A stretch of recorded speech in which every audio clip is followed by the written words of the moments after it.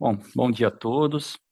Meu nome é Paulo e sejam bem-vindos a essa reunião e agradeço pela audiência nesse vídeo também, por estar assistindo. E hoje a gente vai tratar sobre uma obra de Carl Schmitt que também está completando 100 anos, a publicação da primeira edição, que é o Catolicismo Romano e Forma Política, tá? E esse texto, né, foi publicado inicialmente em 1923. Ele atualmente é vendido esse livro ainda na Alemanha, tá? Tá em venda. Olha, eu até tirei uma imagem da edição atual, tá? Que está à venda lá na Alemanha. O pessoal ainda adquire essa obra, a estuda, né? E tá aqui uma foto de Carl Schmitt nos anos 20, né? Com seus 30 e poucos anos, época a época, ó, voltando, a época do texto, né? Não posso dizer que seja bem específico do texto, mas é dos anos 20, tá? E eu fiz algumas observações, tá? Que eu vou ler, tá? E também tecer alguns comentários a respeito, tá? Então, olha, pela primeira vez, esse texto foi publicado pela primeira vez no ano de 1923. 2 anos depois, teve uma segunda edição, tá?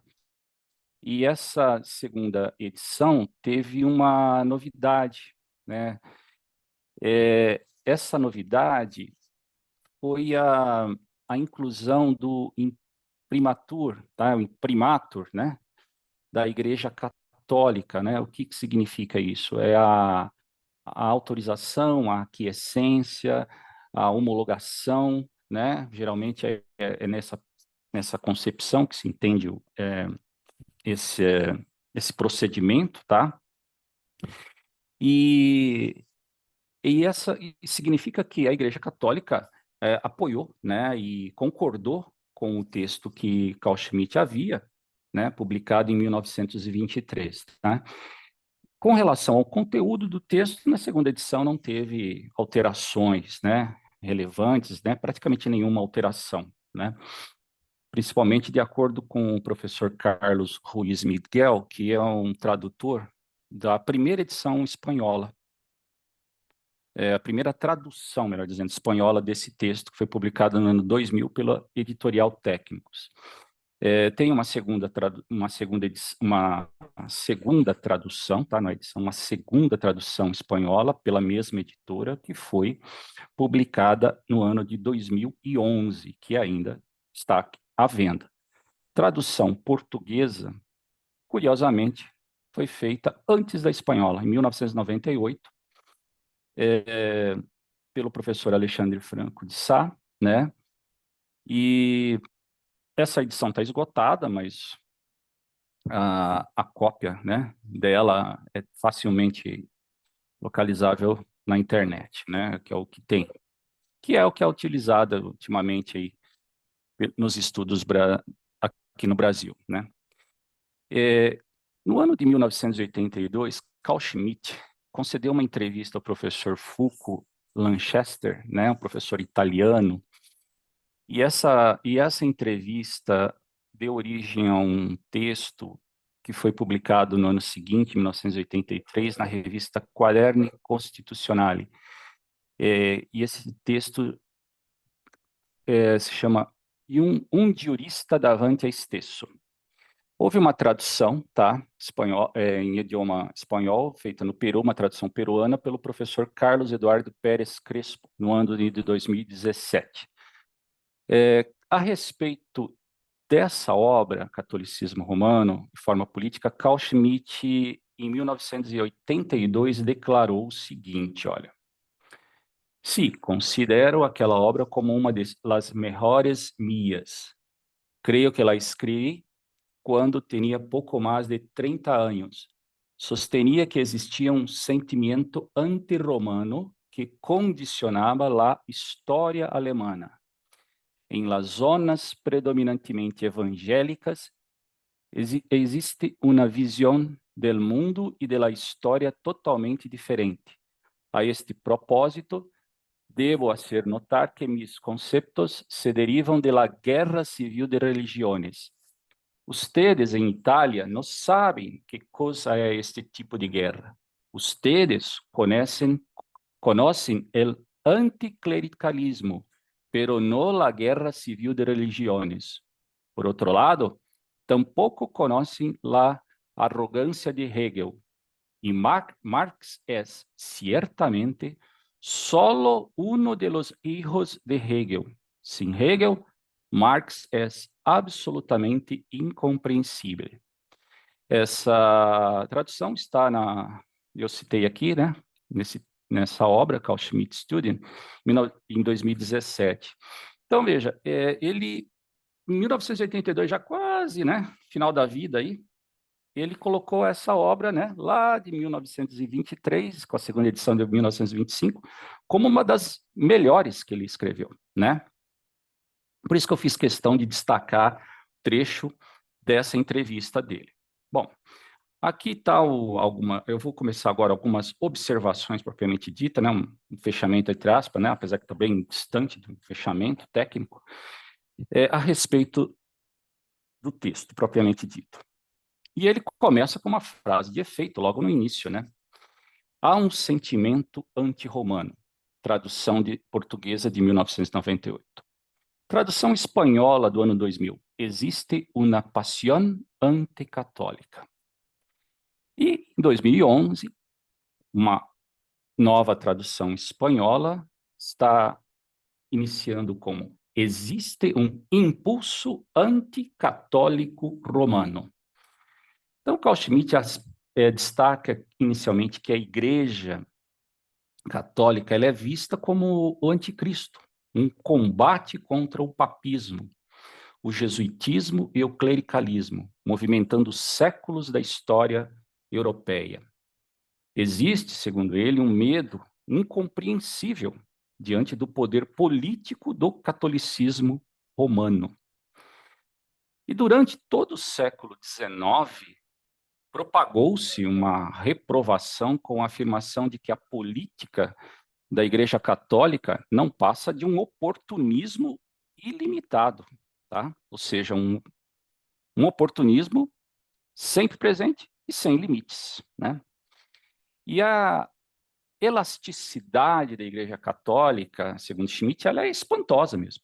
Eis que ela se une a correntes e grupos opostos, e muitas vezes fez coligações com diferentes partidos e governos nas diferentes terras ao redor do mundo. A cada mudança da situação política, os princípios são alterados de forma aparente, exceto o poder político da Igreja Católica. E muito dessa versatilidade e ambiguidade da Igreja Católica, segundo Schmitt, o duplo rosto, a cabeça do Deus Jano, o hermafroditismo da Igreja Católica, afirmado, né? Esse hermafroditismo pelo poeta inglês Lord Byron, que viveu entre 1788 até 1824, pode ser explicado simplesmente recorrendo a paralelismos de caráter político ou sociológicos.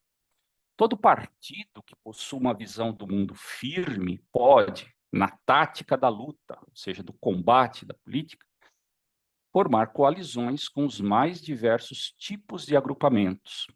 Para Carl Schmitt, muito daquilo que possa parecer contraditório é apenas consequência e sintoma de um universalismo político.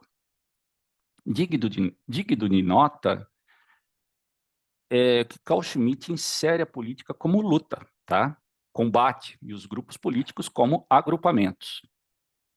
Esse tema será retomado e aprofundado lá em 1928 no conceito do político, a obra mais famosa, né, dele, mais popular, digamos assim.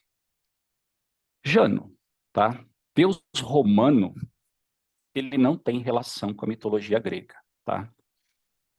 Compreendido como Deus do tempo, no sentido de uma espécie de mestre do tempo e não a personificação do próprio tempo, tal como o deus grego Saturno. Também Deus Jano é do início e do fim de vários acontecimentos, como as estações do ano, meses e anos. Como Deus do tempo e das transições, Jano foi representado majoritariamente com duas faces, uma voltada para o passado, enquanto a outra face estava voltada para o futuro. O presente era visto pelos romanos como uma transição, ou, melhor, era visto pelos seguidores do Deus Jano como uma transição, né? Algo que passa do passado para o futuro. Não é um tempo em si. E desta forma, esse Deus jamais olhava para o presente. Eu selecionei aqui uma imagem do Deus Jano que é bem interessante, tá? Que é a imagem de uma escultura dele. Então, observem. Uma face jovem olhando para um lado e uma face idosa olhando para o outro lado, né? Então, qual será que é a face que está olhando para o futuro e qual a face que está olhando para o passado, hein? Então, veja, ele não olha para o presente, né? O presente é uma transição. Então, sempre olhando para o passado e para o futuro, né? O autor afirma que há uma surpreendente concordância no sentido de que a Igreja Católica Romana, enquanto complexo histórico e aparelho administrativo, continua o universalismo do Império Romano. A Igreja Católica é considerada por Schmidt como uma complexo oppositorum, eis que parece que não há oposição que ela não abarque, né? Que ela não possa incluir. Há muito tempo que a Igreja Católica se glorifica por unir a si todas as formas de Estado e de governo. Eis que é uma monarquia autocrática, cujo chefe é escolhido pela aristocracia dos cardeais, e, no entanto, observem, no entanto, existe uma expressiva democracia no seu interior, né? Isso segundo Schmidt, tá? O Papa é o pai, e a Igreja é a mãe dos crentes e a noiva de Jesus Cristo. Uma ligação entre o patriarcal com o matriarcal, a qual consegue dar a direção de Roma às correntes dos complexos e instintos mais simples, ou seja, as correntes divergentes existentes até no interior da igreja são dirigidas pelo respeito diante do pai e o amor para com a mãe. E aqui pergunta Schmidt, existe alguma rebelião contra a mãe? Né? Alguém vai se rebelar contra a sua própria mãe, né? Extremamente difícil, né? A vontade de uma decisão e o dogmatismo preciso estão ligados a essa ambiguidade infinita e culmina na doutrina da infalibilidade do Papa.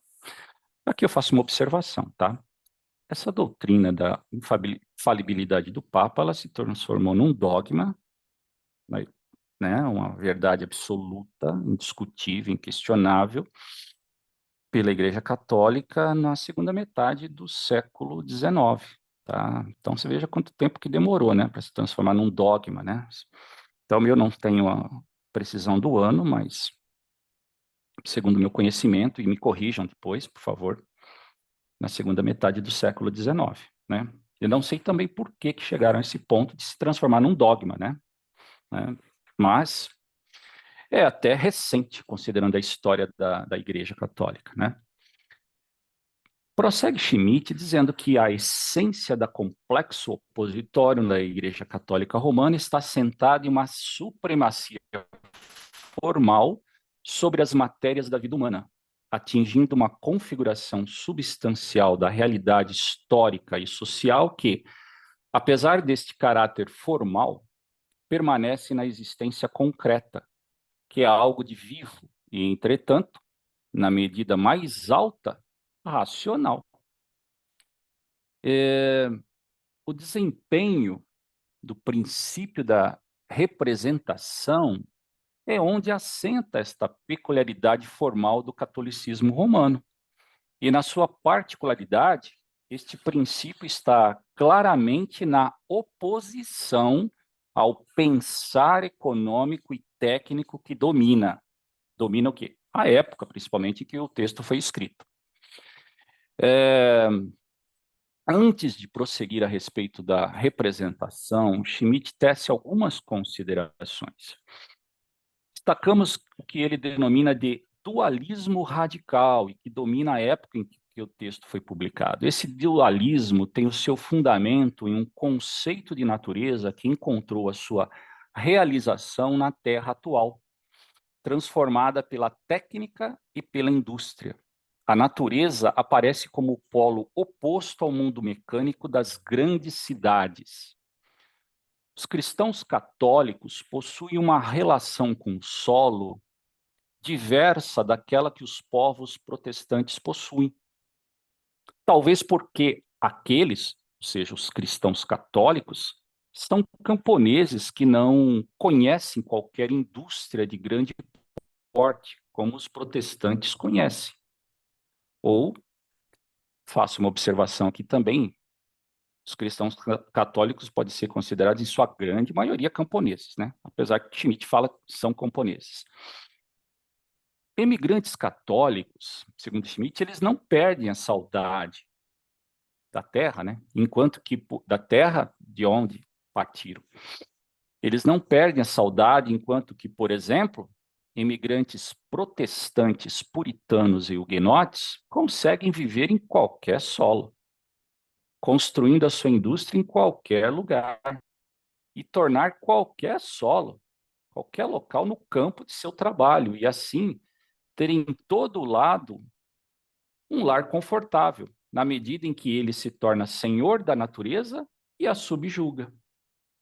Os católicos, a seu turno, amam o solo, a mãe terra.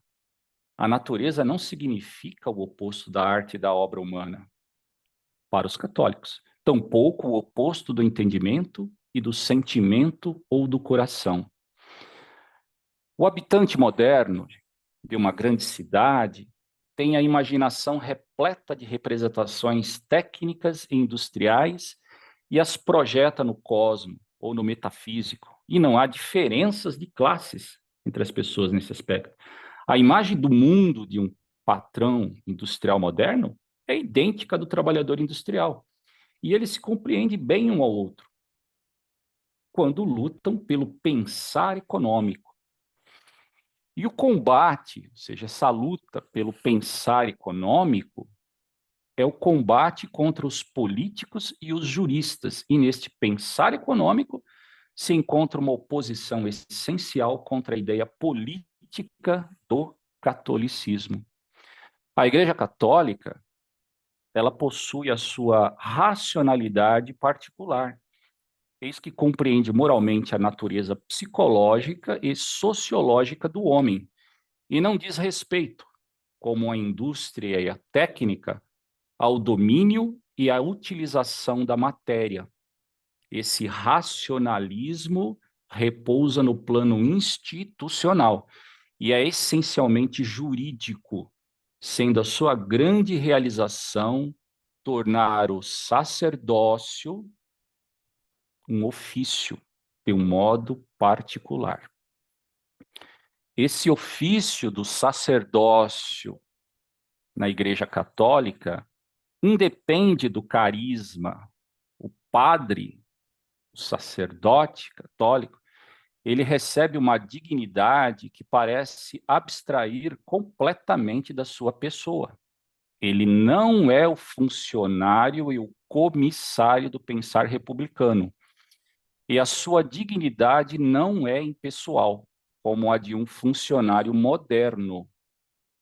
O ofício do padre remete numa cadeia ininterrupta para o encargo pessoal e para a pessoa de Jesus Cristo. O Papa, afirma Schmitt, não é o profeta, mas o vigário de Jesus Cristo. Esta é a mais espantosa complexo opositório. Nestas distinções repousa a força criadora do catolicismo. Eis que permanece no humano espiritual, concedendo uma orientação para a alma humana. Não é fornecido como o racionalismo econômico técnico faz, receitas para a manipulação da matéria. Em síntese aqui, a Igreja Católica ela concede uma orientação para a alma, mas ela não concede receitas para essa manipulação, para esse dia a dia. Algo de momento. O racionalismo econômico está muito longe do racionalismo da Igreja Católica. A técnica moderna é simples servidora de qualquer espécie de carências. O racionalismo do pensar econômico está habituado a contar com alguns tipos de carências e a enxergar somente aquilo que pode satisfazer.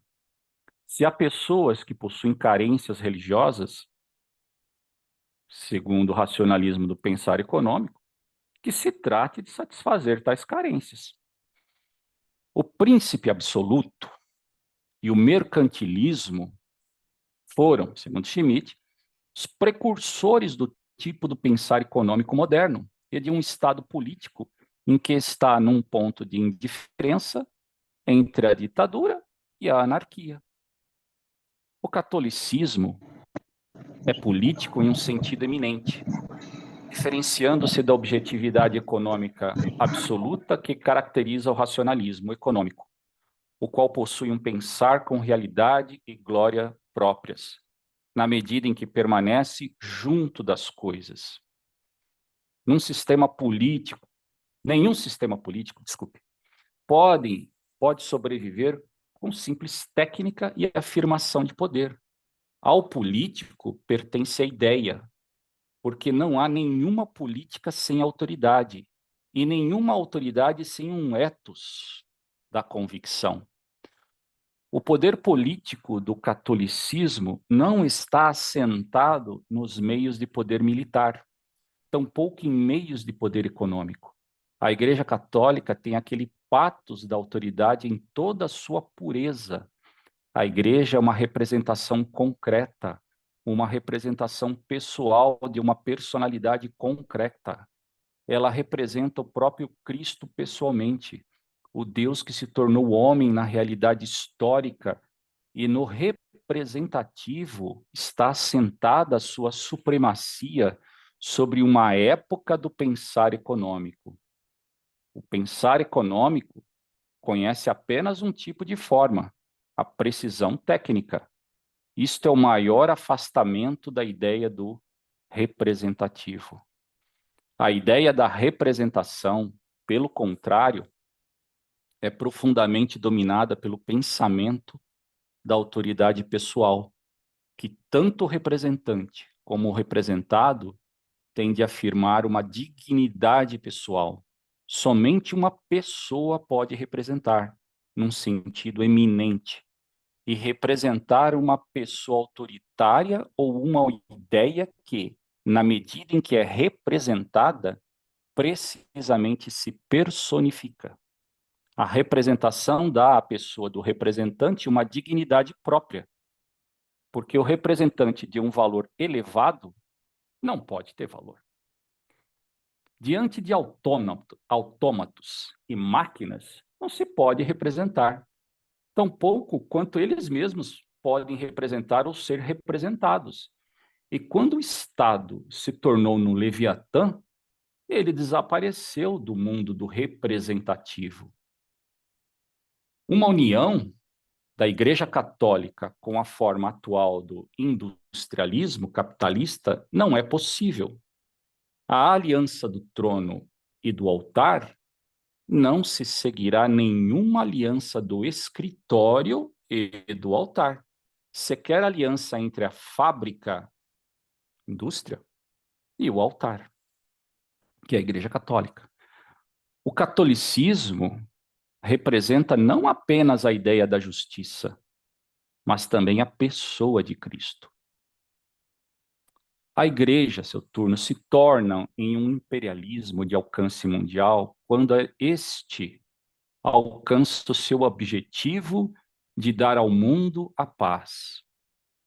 O autor, Schmitt, menciona o grande inquisidor de Dostoiévski, quando o inquisidor confessa que cedeu às tentações do mal, porque sabe que o homem é por natureza mau e pequeno, um rebelde covarde que precisa de um senhor. Dostoiévski projetou na igreja, com grande violência, o seu próprio ateísmo, assevera Schmitt. E a respeito do grande inquisidor, este consta no capítulo 5º do livro 5, quinto, do volume 1 de Os Irmãos Karamazov, o último romance de Fyodor Dostoiévski, publicado no ano de 1880. Nesta obra, né, Os Irmãos Karamazov, como queiram, o personagem Ivan menciona que o grande inquisidor é um poema e o declama para sua irmã Alyosha. Eu selecionei aqui para vocês um trecho desta obra, Os Irmãos Karamazov, especificamente um trecho do Grande Inquisitor. E vou ler aqui, ó, segundo parágrafo. Mas isso é um absurdo, bradou Corando. Teu poema é um elogio a Jesus e não uma injúria, como o querias. E quem vai acreditar em teu argumento a respeito da liberdade? Será assim? Será assim que devemos entendê-la? Será esse o conceito que vigora na ortodoxia? Isso é coisa de Roma. E mesmo assim, não de toda Roma. Isso não é verdade. É o que há de pior no catolicismo. É coisa de inquisidores, de jesuítas. Além disso, é absolutamente impossível haver um tipo fantástico como esse teu inquisidor. Que pecados dos homens são esses que eles assumiram? Que detentores do mistério são esses que assumiram uma maldição qualquer para salvar os homens? Onde já se viu tipos assim? Conhecemos os jesuítas. Fala-se mal deles, mas serão assim como estão em teu poema? Não são nada disso, nada disso.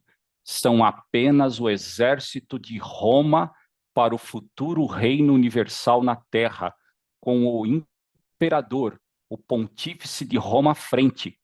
Esse é o ideal deles, mas sem quaisquer mistérios e tristeza sublime. O mais simples desejo de poder, dos sórdidos bens terrenos, da escravização, uma espécie de futura servidão para que eles se tornem latifundiários. Eis tudo o que eles têm em mente. Talvez eles nem acreditem em Deus. Teu inquisidor sofredor é mera fantasia. Então, esse é o trecho que eu achei bem expressivo dessa obra de Dostoiévski. Tá? E prosseguindo aqui, um outro aspecto destacado por Carl Schmitt é a obra Flauta Mágica de Mozart. Destaca que é uma canção do iluminismo, do combate da luz contra as trevas, devendo compará-la à peça de teatro de Shakespeare, denominada Tempestade, onde o personagem Próspero dessa peça se tornou um sacerdote maçônico e o personagem Caliban, um papagaio. O século XVIII, segundo Schmitt, ousava ser muito seguro de si e ter o conceito aristocrático do secreto. A Igreja Católica, segundo Schmitt, não tem atualmente, né, na época do texto, da publicação do texto, na Europa, nenhum opositor que se lhe contrapõe abertamente, enquanto sua inimiga, com tanto entusiasmo como aquele espírito do século XVIII. O último opositor europeu à Igreja Católica foi a maçonaria.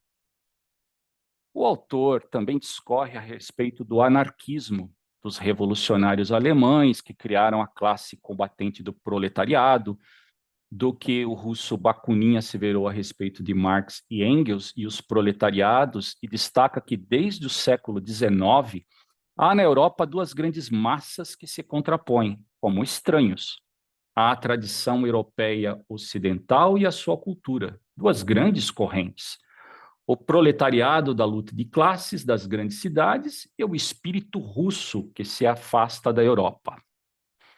A Igreja Católica, mesmo que não se declare por nenhum dos partidos em combate, tem de estar, de fato, de um lado, como ela esteve na primeira metade do século XIX, do lado contra-revolucionário. E aqui chegamos ao final. Essas são as principais observações que eu procurei destacar do texto. Reconheço que eu não sou a pessoa indicada, né, para falar sobre ele, porque eu ainda estou no início dos estudos. Mas eu agradeço muito a oportunidade que me foi concedida e para aquele que não leu, vai o meu convite, leia o texto, leia o capítulo da obra Os Irmãos Karamazov, que é o capítulo relativo ao Grande Inquisidor, a peça de Shakespeare Tempestade, né? E também ouvir a música Flauta Mágica, né?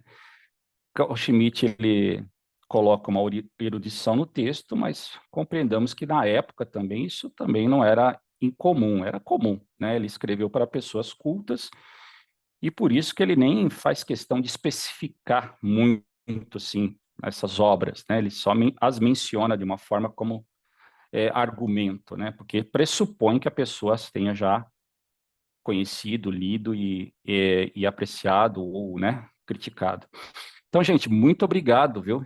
Então, agora vamos lá a os debates, as observações, as críticas, e eu agradeço muito. Falou? Muito obrigado. Felipe, você está por aí? Opa, ô Paulão, brigadão, cara, agradecer pela disponibilidade de apresentar para a gente, né? É, e aí só antes, o pessoal quiser comentar, eu tinha separado uma passagenzinha assim, né? A partir da sua fala aqui, eu fui garimpar aqui o texto, só duas, né? Em dois momentos, assim, você comentou isso muito bem, falou da técnica e também da complexo opositório, né? Aí eu peguei duas passagens só para, digamos assim, mostrar isso, né? Acho que seria interessante. Eu leio elas e aí depois a gente troca uma ideia aqui, todo mundo, né? Uma está lá na página 23, que é justamente ele falando da essência do catolicismo, né? Isso que o Alexandre, até na apresentação, ele chama de força agregadora, salvo engano, o termo que ele usa, né? E o Paulo havia comentado sobre isso também, né? Essa capacidade, digamos assim, de unir esses opostos sob digamos assim, um grau comum, né? Aquela clássica passagem, isso aqui é bem conhecida, né? Que ele fala do Donoso Cortês, né? Mas eu vou ler aqui para ficar, para não me perder também, né? Isso tá, nossa edição está na página 23, né? Na edição portuguesa, né? A sua história conhece exemplos de adaptação espantosa, mas também de rígida intransigência e capacidade da mais viril resistência e de condescendência feminina, misturadas de modo estranho à altivez e à submissão. Está falando da igreja, né? Quase não é compreensível que um filósofo rigoroso da ditadura autoritária, o diplomata espanhol Donoso Cortés, é um rebelde entregue em bondade franciscana ao pobre povo irlandês, um rebelde ligado com sindicalistas, fossem ambos católicos piedosos. Então, sabe como que esses opostos, né? Você consegue, digamos assim, nessa estrutura, abarcar ambos, né?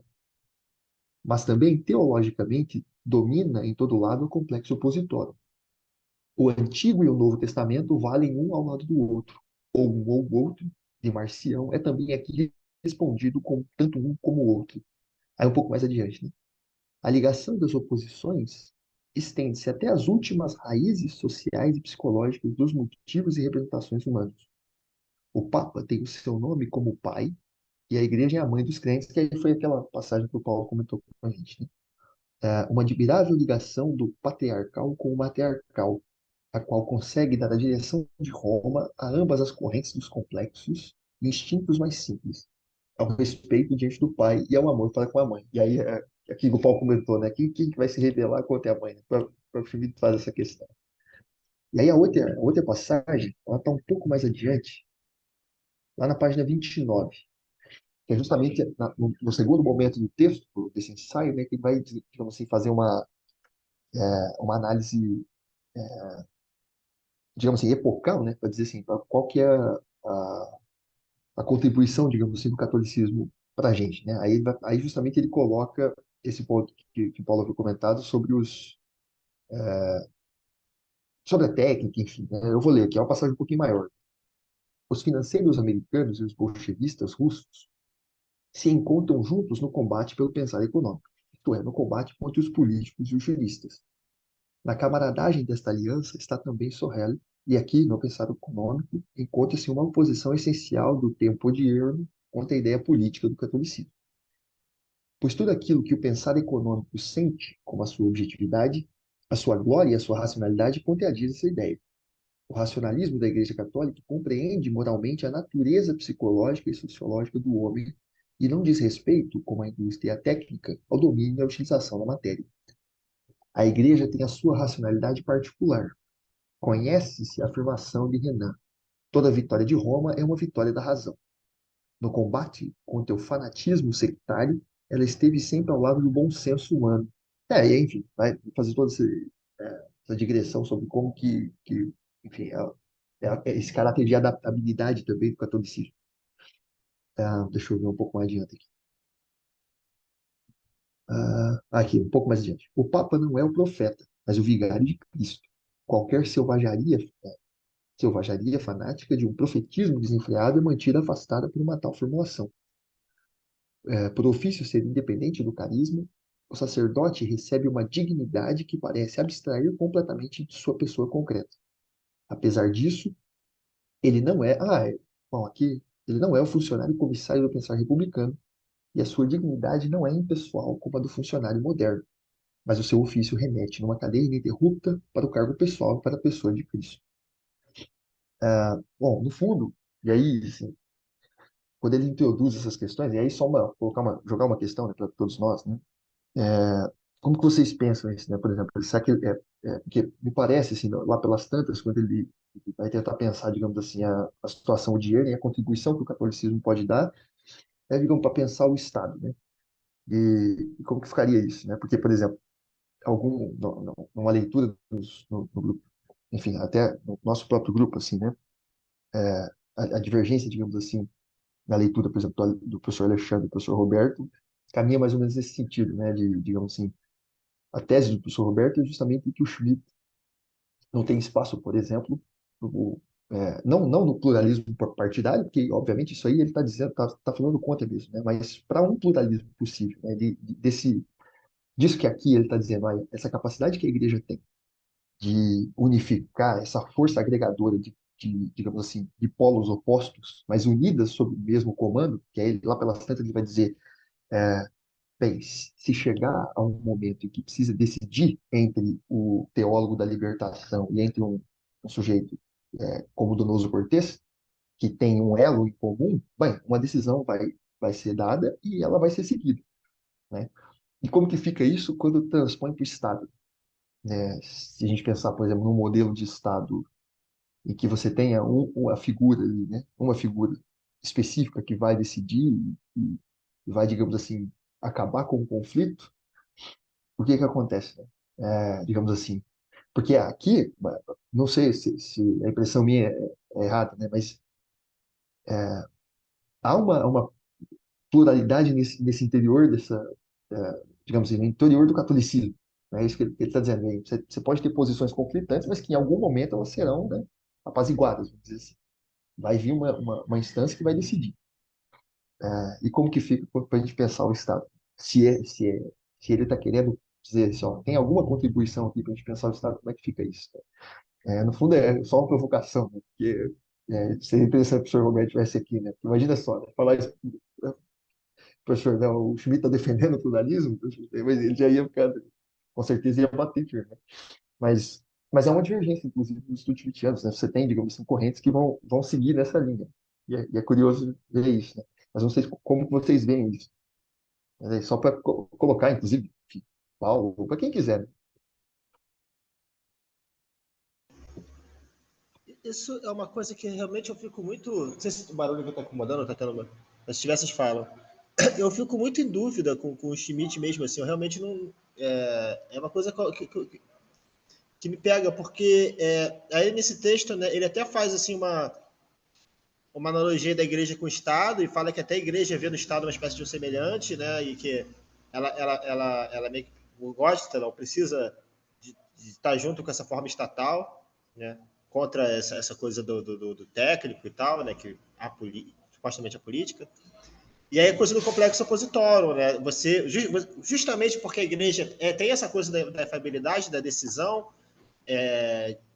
de um lado só e pau, justamente por isso, né, que também consegue ter uma diversidade ali dentro dela. Aí ele faz essa coisa com o Estado, né, que também teria essa coisa da decisão e tal. E aí, mas eu acho estranho, assim, porque no texto do mesmo ano que ele fala da democracia parlamentar, ele fala da necessidade da homogeneidade, né, para o Estado. E isso que eu não entendo, assim, realmente o modelo para o Estado é complexo opositório, é uma diversidade com a decisão, ou é uma homogeneidade? Eu não sei, porque ele fala isso no mesmo ano. Se fosse assim, 20 anos depois, tá, pode ter mudado, mas é no mesmo ano. E eu não sei como resolve essa questão. Tipo, se você sabe mais dessa discussão, imagino que você sabe mais dessa discussão do que eu, mas isso me deixa perdidinho, assim. E o professor Roberto, é interessante a leitura dele, porque ele vai pegar justamente esse ponto, para dizer, olha só, né? Digamos, esse ponto da homogeneidade, que inclusive depois, lá no Estado do Movimento Povo, essa homogeneidade, ela tem um caráter racial. Então, e aí é o que ele vai pegar adiante, né? E aí, enfim, vai ter leituras que vai ter, como o professor Alexandre, né, que vão tentar afastar um pouco isso, né? Mas eu gosto bastante aí do professor Roberto, o modo como ele pega assim, e justamente desse ponto, né? E é curioso, né, nesse texto, o Schmitt dando exemplo da Inglaterra, se não me engano, né? Usando alguns países como exemplo, dizendo assim, olha só, né?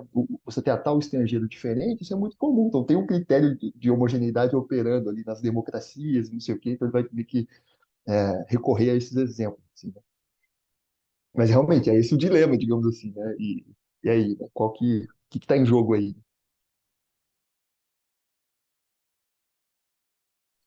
Eu acho que assim, talvez uma forma de pensar para mim, o Schmitt, ele pensa na chave da homogeneidade no interior do Estado e a multiplicidade necessária dos Estados no pluriverso no sistema internacional, né? Então, há aqui uma passagem que acho que é na página 34, né? Que ele está falando sobre essa ideia de que desde que corre a máquina da vida económica moderna, nos tornaram cada vez mais servos da grande máquina e é difícil dizer o que eles autenticamente representam. Já não há Estados. A burguesia francesa do século XVIII, o terceiro Estado declarou de si que era a nação. A famosa frase, o terceiro Estado é a nação, era mais profundamente revolucionária do que se suspeitava, pois se o único Estado se identifica com a nação, ele supera a ideia de Estado, a qual exige uma multiplicidade de Estados para uma ordem social. Daí que a sociedade burguesa já não fosse capaz mais de uma representação e tinha caído no destino do dualismo universal, que nesta época por todo o lado se repete, isto é, daí que ela descobre as suas polaridades. De um lado o burguês, do outro o boêmio, que na melhor das hipóteses não representa nada senão ele mesmo. Isso é uma questão que fica mais evidente até no conceito do político, né? Que ele trata da questão, e depois naquele texto de 1930 também sobre o pluralismo, né? A ética de Estado e o pluralismo, já não me lembro o nome. Eu acho que talvez essa é a forma mais, digamos, mais lógica de pensar o Schmitt, né? De que a impossibilidade de haver, primeiro, um governo mundial, né? Um Leviatã mundial. O segundo, a ideia que é preciso haver sempre uma ideia abstrata digamos, de Estado, o Estado sempre vinculado a uma ideia do político, a necessidade de haver unidade, a necessidade de haver uma certa homogeneidade. E por que a homogeneidade? Claro, existe depois de toda essa questão né, que desenvolve, que vai desembocar na questão racial dentro do nazismo, mas por outro lado, a partir do momento em que não há um cosmopolitismo em Schmitt, isto é, não há uma ideia de sociedade universal, então a partir do momento em que você precisa delimitar os Estados, né, necessariamente vai haver uma espécie de homogeneidade, pelo menos jurídica, né, em que há aqueles que pertencem ao Estado e aqueles que não pertencem ao Estado, né? Então, me parece que nessa chave talvez a gente consiga entender um pouco mais essa dualidade entre homogeneidade e a questão da, da complexo opositório, né? Mas sim, sempre abre margem para diversas interpretações. Schmitt nunca é assim muito, às vezes muito claro, até por causa um pouco do seu estilo ensaístico, né? Então, esses textos diferem muito dos seus textos mais sistemáticos, como a Ditadura ou a Doutrina da Constituição, né? Que são textos muito mais taxativos naquilo que ele quer defender, né? E não sei, um pouco isso que me vem em relação a esse tema.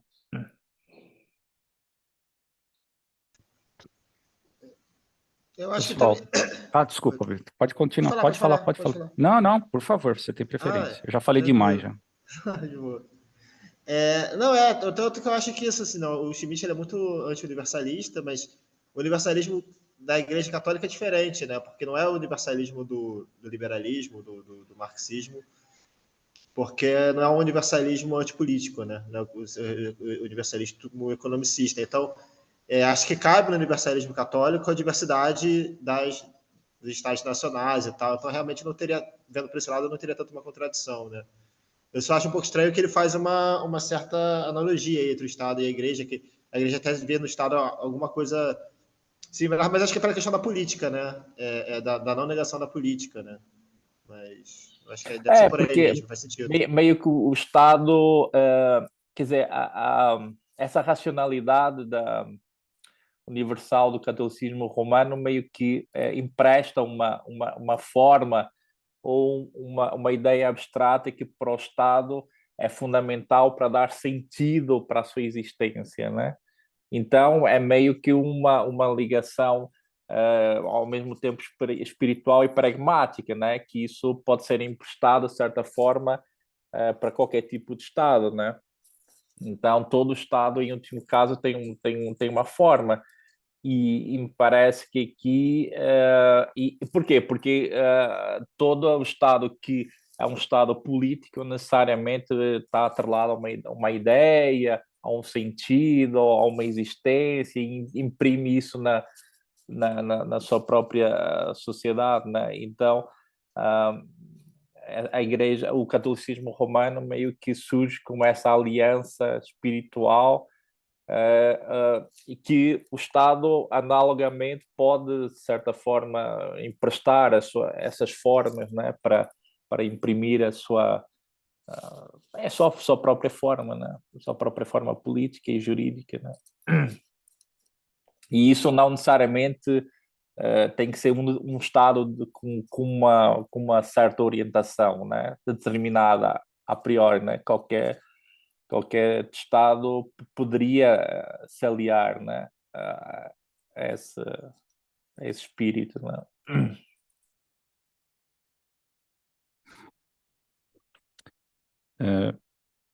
Pessoal, eu só queria fazer uma observação aquela hora que eu interrompi você, Vitor, desculpe, tá? Me perdoe. O que Schmitt coloca aqui a respeito da complexo opositório, ele diz que a paixão anticatólica, ele acredita que essa paixão anticatólica, esse impulso, esse combate, seria infinitamente mais profundo se compreendesse em toda a extensão e que medida, e a medida que a Igreja Católica é uma complexo opositório. Então ele diz assim, se as pessoas que combatem compreendessem isso, odiariam muito mais, mas muito mais mesmo. E aí ele coloca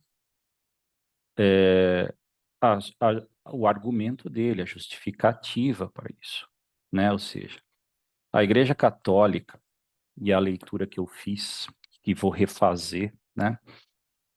Ela está assentada numa hierarquia, tem ordem,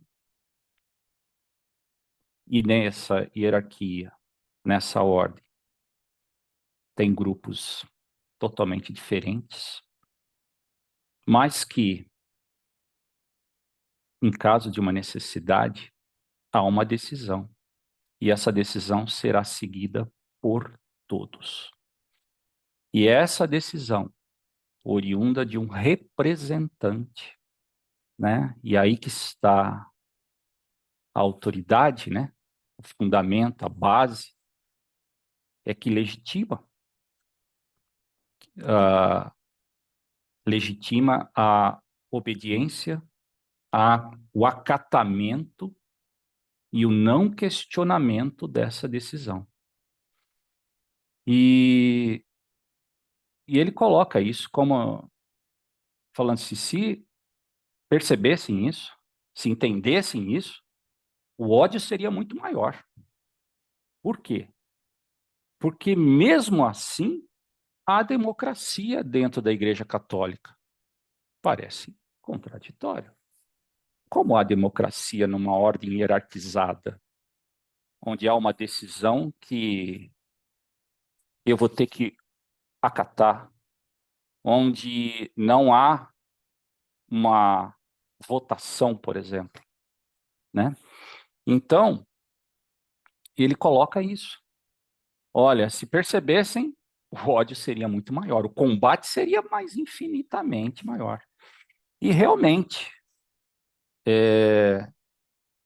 eu que já quase ingressei num seminário para ser padre, lá na minha pré-adolescência, desde aquela época, dos meus 12 anos, 13, por aí, 14, quase chegando aí, eu já sabia que a Igreja Católica não é um grupo único, não é algo, não é um monolito, não, ela tem uma diversidade interior, mas ela tem uma hierarquia, e essa hierarquia precisa ser obedecida, respeitada, né? E no topo, a liderança, a regência do Papa, cuja decisão é infalível, porque ele representa pessoalmente a pessoa de Cristo que esteve aqui. Então, é polêmico. Quando você puxa isso para o Estado, dá para puxar para o Estado? Ele vai falar da decisão, ele está na linha decisionista. Esse texto é de 1923. 1925 ele não alterou nada. Apesar que esse texto é um elogio à Igreja Católica. É uma defesa. Ele não está fazendo, ó, o Estado... Teria que observar isso daqui, ó, esse Estado burguês aqui está fracassado, ó, a Igreja Católica tem quase 2000 anos, está aí, ó, firme e forte. Não, ele não está expressamente, tá? Mas é um elogio à própria Igreja Católica. E foi bem recebido. Tanto que na segunda edição, a própria Igreja Católica chancelou, deu a validação dela, falou, opa, pode imprimir, pode vender, pode ganhar dinheiro em cima, porque realmente é isso aí. Então, veja, é um texto que provoca, suscita a reflexão, e, ao meu ver, é um texto atual, hein? É um texto atual, né? Principalmente quando ele fala, o Papa não é um profeta, hein? O Papa representa Cristo. Eu vejo por aí, no Brasil, e inicialmente nos Estados Unidos, eu vi em TV, em rádio, pastores evangélicos se auto-intitulando profetas. Começou nos Estados Unidos, e como o protestantismo brasileiro, ele é decorrente do norte-americano, né? Foram os missionários norte-americanos que trouxeram aqui o protestantismo. Então aqui também veio. Então você vê por aí profetas, você vê por aí apóstolos, né? Não são representantes. não falam, não têm autoridade. O Papa tem. O que é um profeta? Um emissário? Ele leva uma mensagem, mas ele pode decidir a respeito? Ele decide em teu nome? O profeta faz isso? Um missionário faz isso? Onde que eu quero chegar? Eu quero chegar que quando Carl Schmitt diz, ó, a Igreja Católica não tem como se unir à indústria, se unir a esse mundo.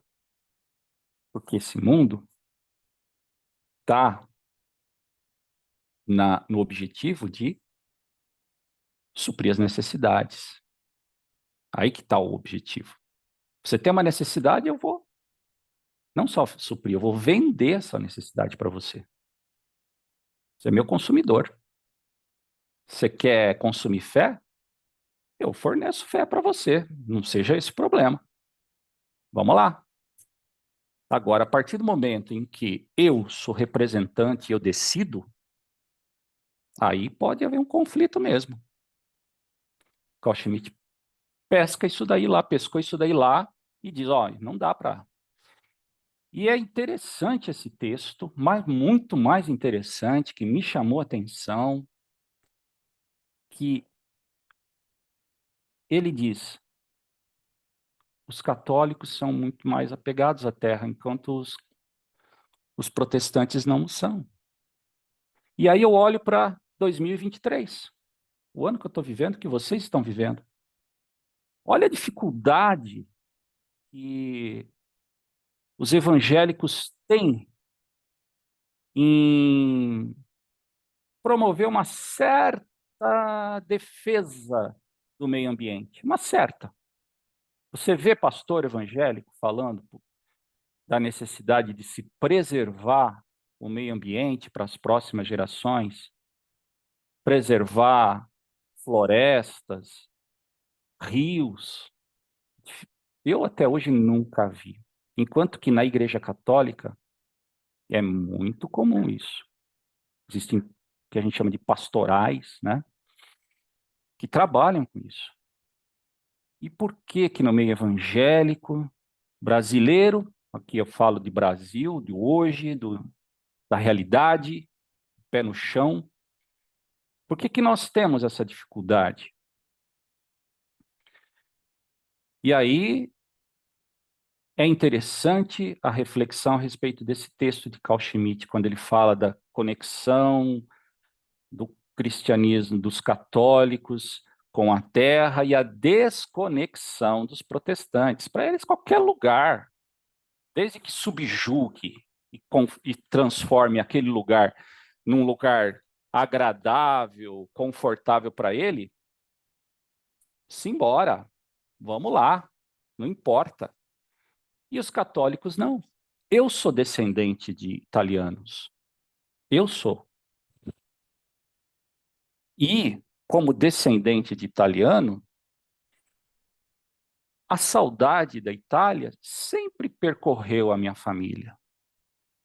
Olha que coisa interessante. Eu senti emoção nesse texto. Olha que interessante. Senti emoção. Tocou. Me fez rememorar aquilo que o meu falecido avô falava. Ele, apesar dele ter nascido no Brasil, meu falecido avô, mas o pai dele era da cidade de Pádua, no norte da Itália, pessoas da área rural, semi-alfabetos, ou seja, como a grande maioria dos imigrantes europeus que vieram para o Brasil no século XIX e início do século XX, eram gente que estava passando fome na Europa, né? Isso é um fato. Trouxe e eram católicos. Então, essa saudade, essa conexão com a terra. E os protestantes? Tem essa conexão. Então, Carl Schmitt coloca isso daí e provoca reflexão. Por isso que eu digo que é um texto atual.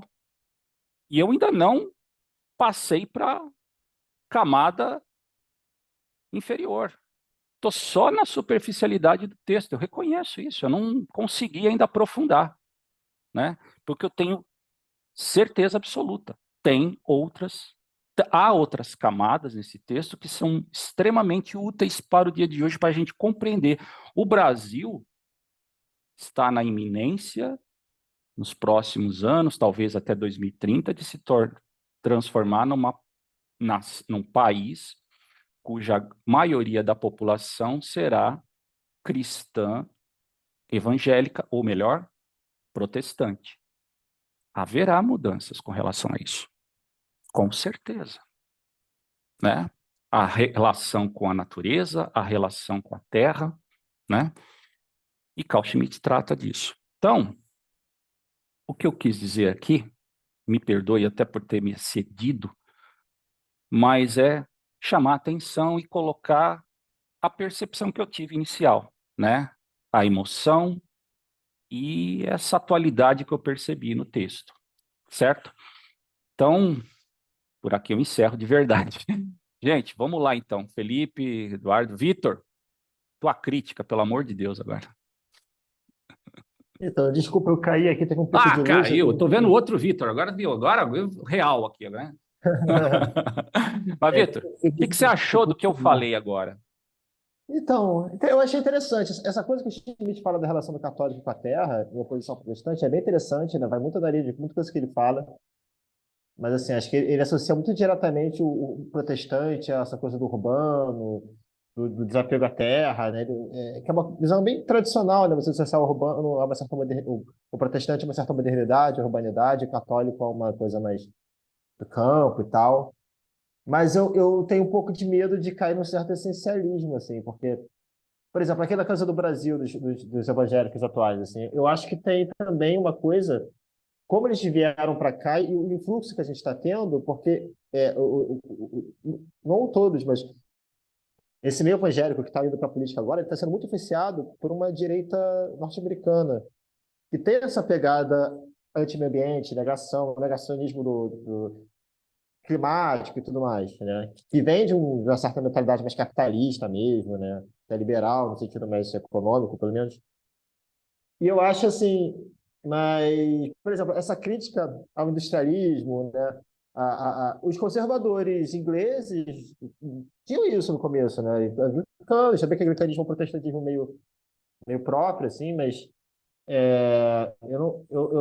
assim, eu teria um pouco de nuance nessas coisas, porque eu acho que essa coisa contra o meio ambiente que a gente está tendo é mais um fluxo de uma direita influenciada pelos Estados Unidos, que está influenciando muito o meio evangélico, do que eu acho que é algo essencial evangélico, né?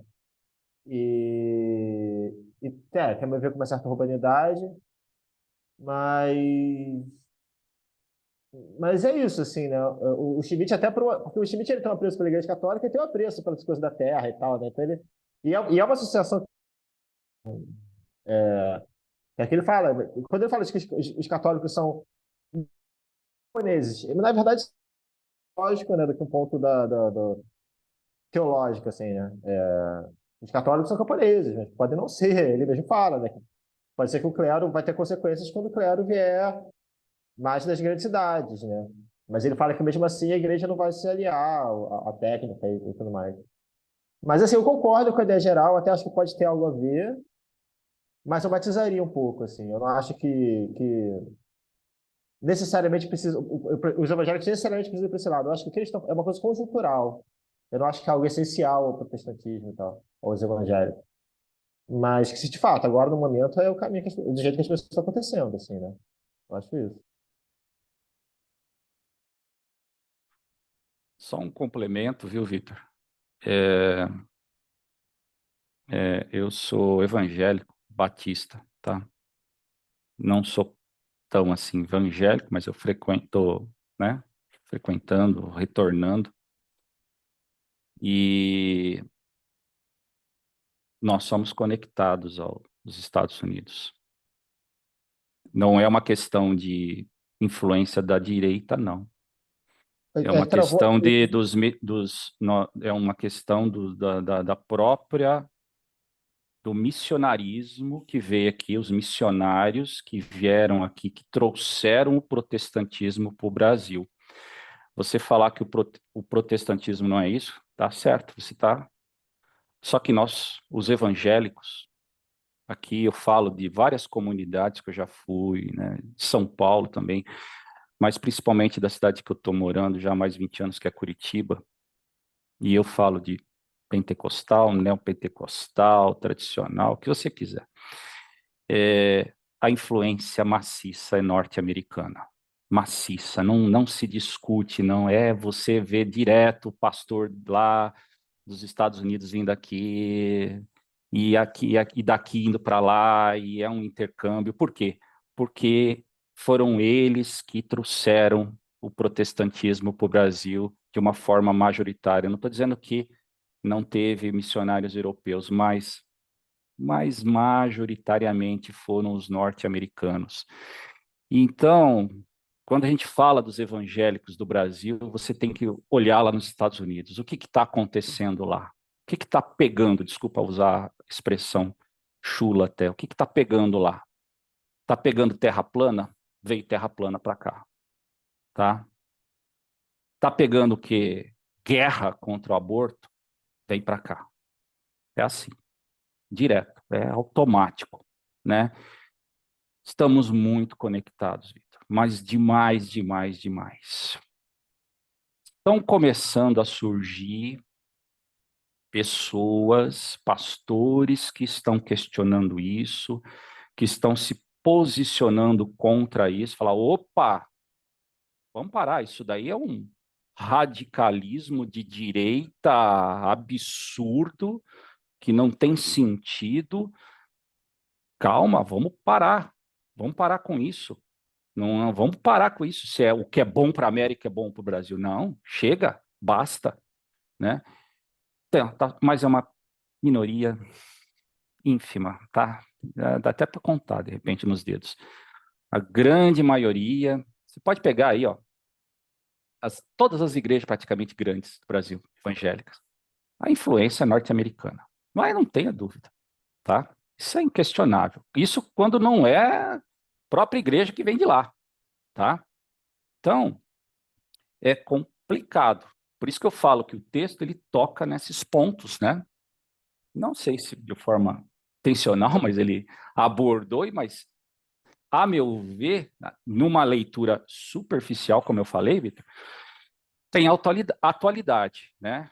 E tem relevância porque o Brasil vai se tornar um país majoritariamente protestante, né? Não vamos falar protestante, vamos falar evangélico, né? Entre aspas, com a influência norte-americana. Indiscutível.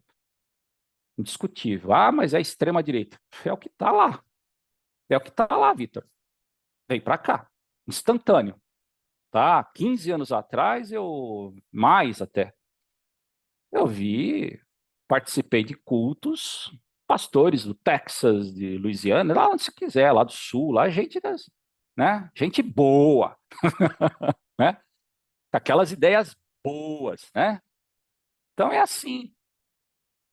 É assim. É desse jeito. Agora, o texto trata disso. E os católicos, né? Então ele fala, né? Tem algumas coisas aqui, eu não quero colocar observação minha, né? A crítica minha ao texto, né? Desde o início até acho que deixei bem claro isso. Eu vou apresentar, mas não vou evitar, né? Mas ele fala, os católicos vêm do campo, né? Calma, né? Eu até falei, né? Calma, né? Como se não viessem da cidade também. Mas ele está falando, opera no momento dele, no local dele, né? Schmidt escreveu isso aí. Mas eu estou tentando fazer um diálogo com a atualidade, né? Então é isso, Vitor, tá? Mas vai ter complicação, tá? Segundo a projeção, até 2030, a maior parte da população brasileira será evangélica. E converse com esse povo, hein? Quero ver. Trate de conversar com essa gente. Vai ser, talvez amigo e inimigo, mas é o caminho. Mas desculpe, gente, vamos lá. Eduardo, Felipe, o Douglas aparece aqui, mas está vivo? Mas, Vitor, o que você pode dizer aí? Manda lá. Desculpe ter falado muito. Não, tranquilo. Não, eu concordo. Tanto que o nosso linguajar político está muito americanizado, né? É engraçado, assim. Os debates são coisas que, tipo, nem se tinha aqui no Brasil e está chegando agora, né? mas coisas que não. E eu acho também, isso é coisa do nosso protestantismo ser norte-americano, tem muito a ver com isso, realmente. Eu acho que nesse sentido faz sentido, porque também quando o Schmitt, por exemplo, aí ele já estava já na Alemanha nazista e tal, mas os textos que ele critica o universalismo dos Estados Unidos e tudo mais, eu acho que a gente traz muito, né, essa mentalidade, que é uma mentalidade muito tecnicista, muito, né, economicista, e eu acho que o protestantismo brasileiro está trazendo isso, né, justamente porque está vindo de lá, né. E essa coisa, esse descaso totalmente com o meio ambiente, né, com Então, acho que são coisas ligadas, sim. Eu não acho que é uma coisa essencial, acho que é uma coisa muito conjuntural, assim, mas faz todo sentido nesse caso, né? Até um pouco de preciosismo meu botar, comentar isso, mas faz sentido, sim. E é isso, né? Nosso debate, e não é só, nosso debate está sendo americanizado em tudo que é canto, né? Mas, assim, e nesse aspecto dos evangélicos é muito claro isso, né? Você ouvia falar em negacionismo de vacina, que é uma coisa que vem lá também, negacionismo climático, essa coisa não estava posta no debate, né? Foi posta agora, né? Isso está muito, muito junto com essas, não só eles que fazem esse tipo de negacionismo, mas boa parte vem nesse bojo, aí vem nesse bojo de americanização do debate mesmo. Então, eu acho que é por aí mesmo.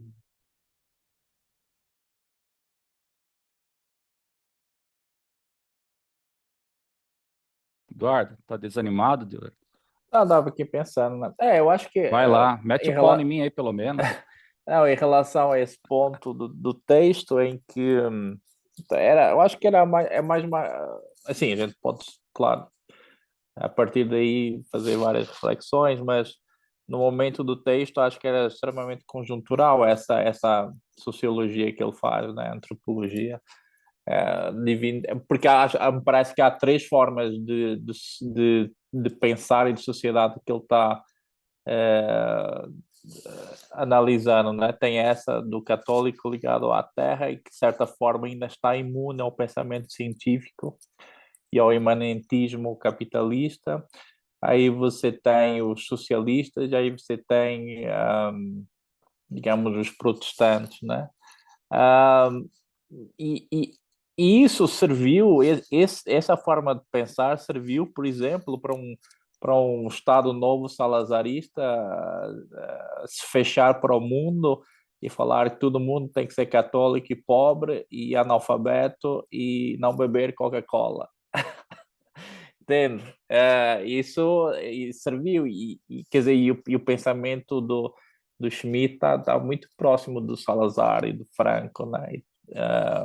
Então, conjunturalmente, digamos, esse foi o desdobramento um pouco de pensar, digamos, o povo católico como uma possibilidade digamos, não cair na malha do tecnicismo e do capitalismo, mas hoje estamos todos imersos, né? Hoje somos todos peões, somos todos autómatas e então acho que conjunturalmente a questão mudou bastante, né? Até porque a pessoa mais pobre do recanto do sertão brasileiro está possivelmente com Bolsa Família e, enfim, todas as suas necessidades, o único sentido dela é suprir, digamos, as suas necessidades materiais e cada vez menos a questão, digamos, espiritual está mais em segundo plano. E, por outro lado, quer dizer, todo o pensamento, essa teologia da prosperidade que domina as igrejas evangélicas neopentecostais, ela não é uma outra forma de pensar. É um transcendentalismo meio falso, né? Em que, na verdade, tudo o que importa é a questão material, né? Então, o próprio sentido da vida, ela começa e termina naquilo que você possui materialmente, e isso é que dá a felicidade, né? Então, isso estaria de acordo com o próprio desejo de Deus, sei lá o quê, que eu também não sou muito especialista, né? nessas teologias. Mas eu gostaria de voltar, na verdade, a essa questão que a gente estava falando sobre essa aliança dos Estados da Igreja com o Estado, né? E esta página 38 me parece, tem esta passagem que me parece bastante interessante, né? Que ele fala assim: é certo que permanece fixo que o catolicismo se adequará a qualquer ordem da sociedade e do Estado, e também àquela em que dominam os empresários capitalistas ou os sindicatos e os conselhos de operários. Mas ele só se lhe pode adequar se o poder que se baseia na situação econômica se tornou político, ou seja, se os capitalistas ou os trabalhadores que chegaram ao poder dominante tomaram sobre si, em toda a forma, a representação estatal com a sua responsabilidade. Então, o novo poder dominante será forçado a tornar válida uma outra situação além da apenas econômica e jurídico-privada.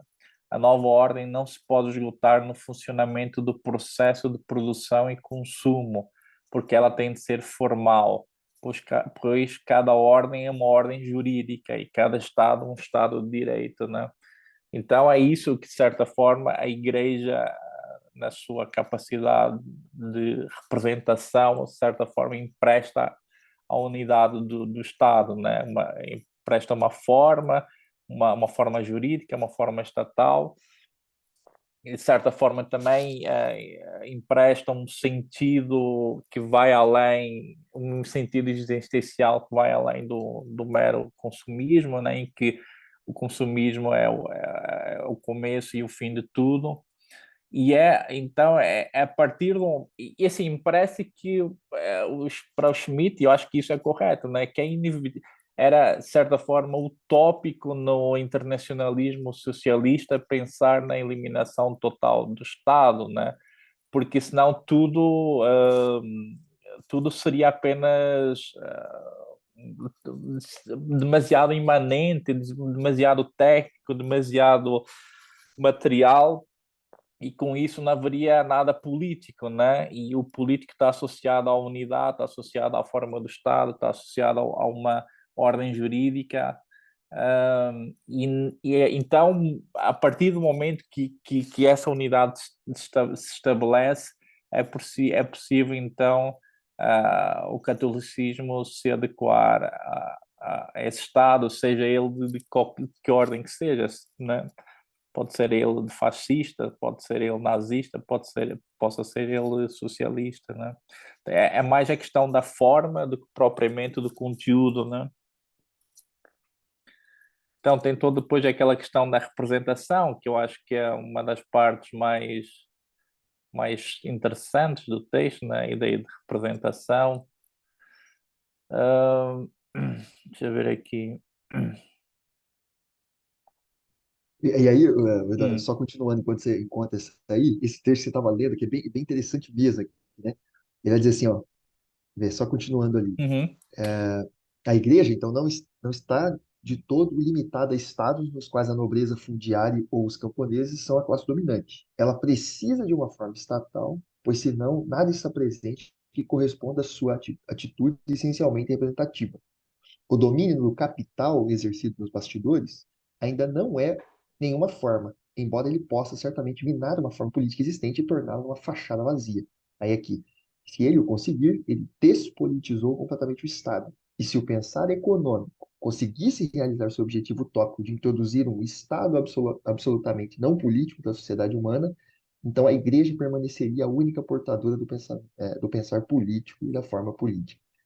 É bem interessante isso. Uhum, uhum, uhum. Não, sem dúvida. E quando ele na verdade, ele trata mais da questão da representação na página 35. É muito interessante quando ele fala, quando o Estado se tornou Leviatã, ele desapareceu do mundo do representativo. Este mundo tem a sua hierarquia de valores e sua humanidade. De certa forma, essa própria aliança do catolicismo com o Estado é no sentido de se estabelecer uma hierarquia de valores, né? Porque todo Estado ele tem uma hierarquia de valores, sejam eles na verdade, hoje, uma democracia, ela precisa ter essa hierarquia de valores, né? Que no caso é a liberdade e a igualdade, porque, de certa forma, é isso que diferencia o regime democrático de outros regimes, né? Porque se um regime político onde se resume simplesmente, sei lá, à igualdade do indivíduo em relação à lei, ou quando se estabelece, digamos, de cima para baixo, que há uma determinada ordem, seja lá, sei lá, como acontecia no Estado Novo, por exemplo, em que uma visão, quer dizer, uma determinada visão do mundo é imposta de cima para baixo, né? Há sempre uma hierarquia de valores, né? E então essa hierarquia de valores está sempre atrelada também a uma ideia abstrata, né? De certa forma isso precisa ser representado, né?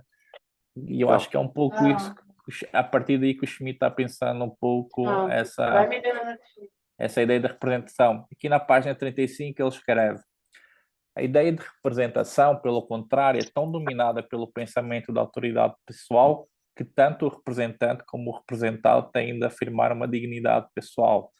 Ela não é nenhum conceito pragmático.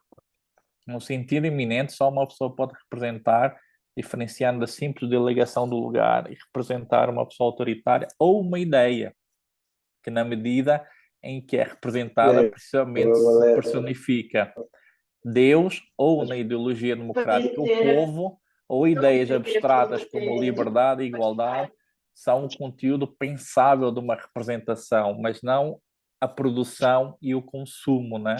Então, a gente pode pensar a personificação na igreja tal, ela está, enfim, tem a questão do Deus, do Papa, né? Tem essa autoridade mais centralizada, mas o Schmitt abre aqui a possibilidade de pensar essa hierarquia de valores também a partir da democracia, né? Na medida em que o povo, ideias como liberdade e igualdade são conteúdos pensáveis de uma representação, né? Então a democracia é uma representação do quê? No caso, seria uma representação do povo e a representação de determinados valores. E esses valores, eles são hierarquicamente colocados. E é por isso que quando a gente fala que a democracia ela tem que ser, de certa forma, militante dela mesma, ela está militando contra outros valores que supostamente não representam o que a gente entende por democracia, certo? Então, essa questão da representação ela é extremamente importante. Acho que é um dos pontos mais interessantes e produtivos deste texto, né? E que de certa forma, vão muito mais além da questão epocal naquilo que foi concebido, né? Essa disputa, né, que o Schmitt está tentando colocar aqui, em que o imanentismo da técnica, né, que é um tema que era muito forte ali naquela época, né, que depois em Heidegger também vai ter uma importância tremenda, né? Apenas o imanentismo é insuficiente para dar forma ao Estado, é insuficiente para dar dignidade à pessoa, né? E então é preciso, de certa forma, não combatê-lo, né? Digamos assim, né?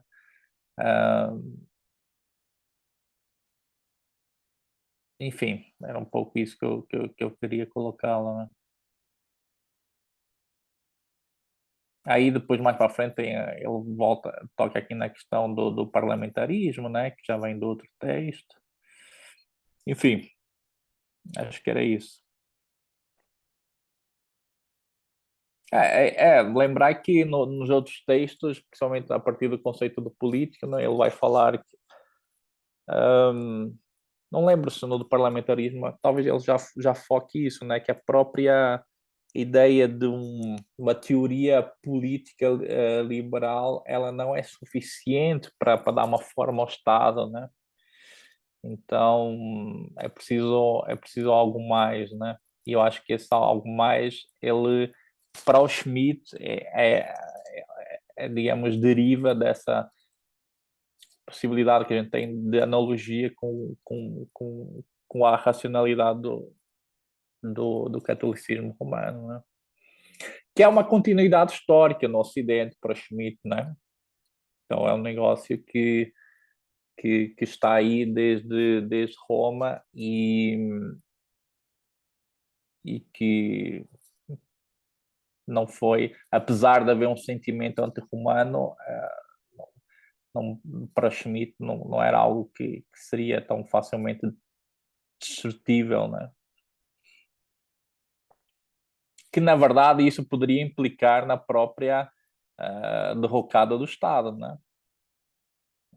Então, eu acho que no fundo da questão é que assim, a gente pode pensar que com a racionalidade do catolicismo romano ou não, a gente sempre a própria ideia de Estado ela pressupõe algum transcendentalismo, né?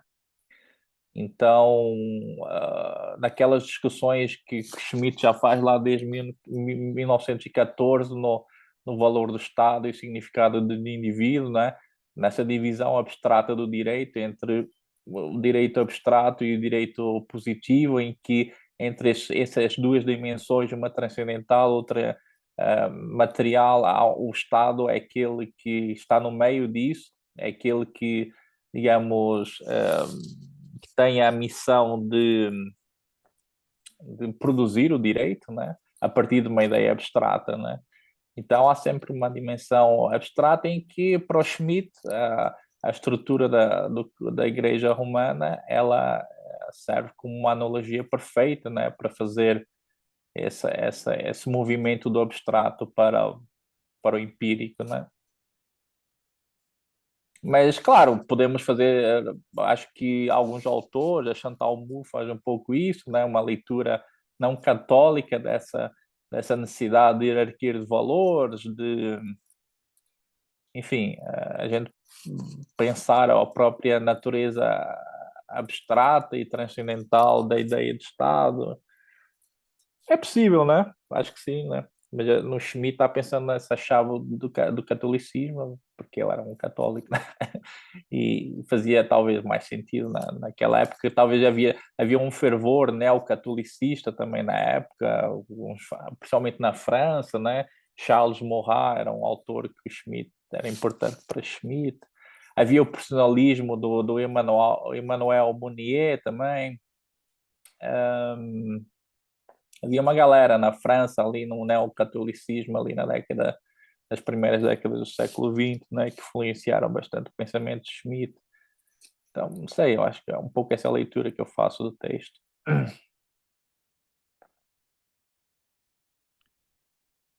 Eu só queria assim, fazer uma observação que realmente nos prefácios, né, das traduções, né, se coloca, não posso dizer todas, né, mas se destaca, pelo menos nas espanholas aqui, que eu tenho, se destaca que é uma chave esse livro para entender a vida dele, a obra dele, né, de Carl Schmitt, né, porque ele coloca temas que ele vai aprofundar futuramente, por exemplo, o antagonismo, né? Ele até cita que o antagonismo aqui se encontra em toda a humanidade, todo humano. Depois ele vai no conceito do político aprofundar isso, né? A representação, a questão até da autoridade e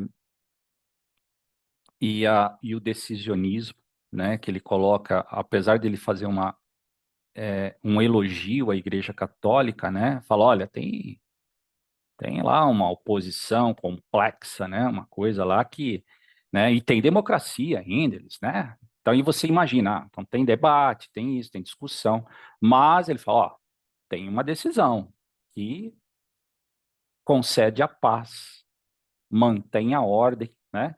Interessante, e que ele vai trabalhar isso. Então, realmente, né? Assim, vou reler esse texto com mais atenção até,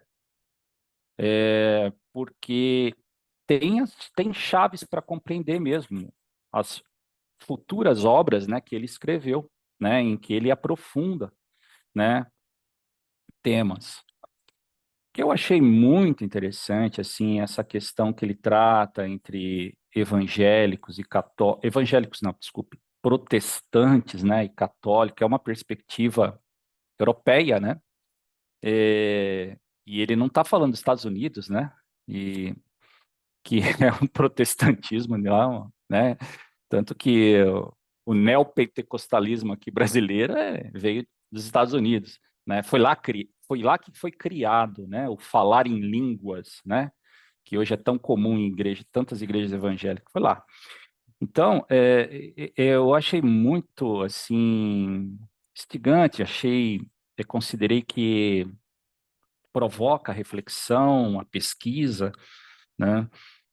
E essa questão da terra, né, relação entre católico, terra, é, protestante, terra, né, e as implicações disso, a questão a impossibilidade que ele diz da união entre a igreja e esse capitalismo industrial, né, essa indústria, o escritório, né, e aí você pode até pensar financeiro, né, tudo isso que vem depois, mas ele destaca que a igreja vai se adaptar a tudo isso, né? E que ela sempre buscou o bom senso. Eu acho interessante que ele não deixa de abordar alguns pontos que ela até colocou na obra do que nós lemos anteriormente, né, sobre o parlamentarismo, que ele faz um ataque, né, ao marxismo. Inclusive, ele frisa a questão que, olha, ele fala, ó, vocês viram o que aconteceu lá com os bolcheviques? A Rússia se tornou mais Rússia, né? E aqui ele coloca, ó, existe um grupo, a Rússia é, tem esse sentimento anti-Europa, anticultural da Europa, e ele, né, reitera aqui, né, coloca também aí a crítica dele ao marxismo, com relação a essa questão da união que ele diz, né, entre divisão, a união entre o proletário e o patrão, né? Eles acabam tendo o mesmo pensar econômico. Interessante, muito interessante, a meu ver, e que provoca a reflexão e a pesquisa a respeito disso, né? Por isso que eu não ouso tecer uma crítica, falar, não, eu não concordo. O máximo que eu posso dizer é, eu não compreendi, só isso, né? E a busca pela compreensão vai ser o objetivo, que eu achei muito, muito, muito instigante, muito interessante, né? Essa visão, esse insight, olha, o proletário e o patrão, olha, o que Lenin quis lá, na verdade, ele só quer eletrificar a Rússia, no final das contas, sabe? É uma coisa assim que provoca reflexão, né? Gostaria muito de ouvir a crítica de um marxista mesmo, né, a isso aqui, né? O que que ele considera diante disso daqui? Por que que não é isso daqui que ele está dizendo, né? Que ele disse no texto. Quem sabe um dia, né? Mas era isso, gente. Desculpa aí, agora é só percepção que eu coloquei, não tem nada de adendo acadêmico aqui, é só digamos assim, até um desabafo, né, sobre a leitura que eu fiz do texto. E aí, Felipe, Eduardo, Ô, o que tem a Paulo, dizer? Paulo, não, no fundo, eu agradecer, né, pela mais uma vez ter se colocado à disposição aí de apresentar para a gente, né? Bom, não sei se os colegas querem fazer mais alguma colocação, né? Aí eu não sei se. Bom, mas aí depois a gente pode conversar no grupo lá, né? Ver o que a gente faz, né? Eu conversar com o professor Roberto também, ele comentou de um amigo dele eventualmente fazer alguma fala, eu vou conversar com ele certinho isso, né? Mas aí qualquer coisa a gente conversa no grupo também, próximos textos, enfim, né? porque realmente, bom, não sei, mas isso aí a gente pode conversar lá, né? Acho que fica melhor, né? Porque a gente bateu o martelo aqui, não sei o quê, né? E como a gente teve alguns que não puderam participar. Mas o Doglão havia comentado, acho que ligou, estava comentando, se vocês quiserem fazer alguma fala também, enfim. Mas sinta-se livre. O Não, tranquilo, Felipe. Acho que que vocês acham? Eu termino, eu pauso a pode ser. gravação aqui, né? Melhor, Sim. né? Aí a gente. Mas, deixa eu ver aqui.